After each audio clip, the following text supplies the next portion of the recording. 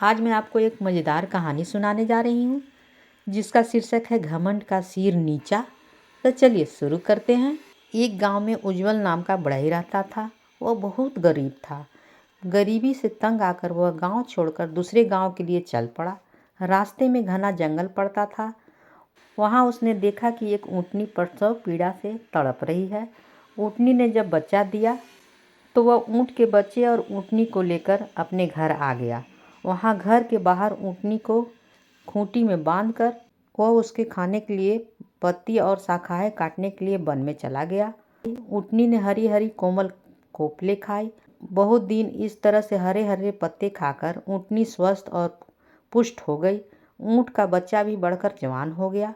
बढ़ई ने उसके गले में एक घंटा बांध दिया जिससे वह कहीं खो न जाए।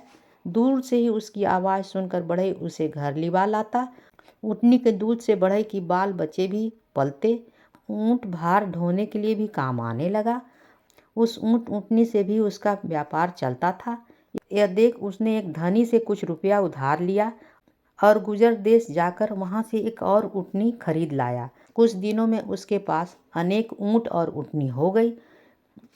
उसके लिए रखवाले भी रख रखे थे। बढ़ई का व्यापार चमक उठा। घर में दूध की नदियाँ बहने लगी। शेष सब तो ठीक था, किंतु ऊँट के गले में घंटा बंधा था। वह अपने को दूसरे से अधिक विशेष समझता था। सब ऊँट वन में पत्ते खाने को जाते तो वह सबको छोड़कर अकेला ही जंगल में घुमा करता था। उसके घंटे की आवाज़ से शेर को पता लग जाता था कि ऊँट किधर है। सबने उसे मना किया कि वह गले से घंटा उतार दे, लेकिन वह नहीं माना।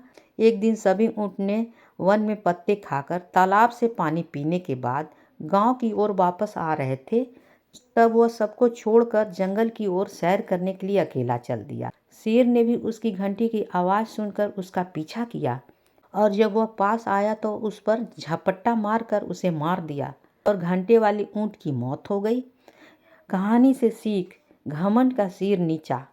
इसलिए कभी भी अपने आप पर घमंड नहीं करनी चाहिए। कहानी होती है समाप्त।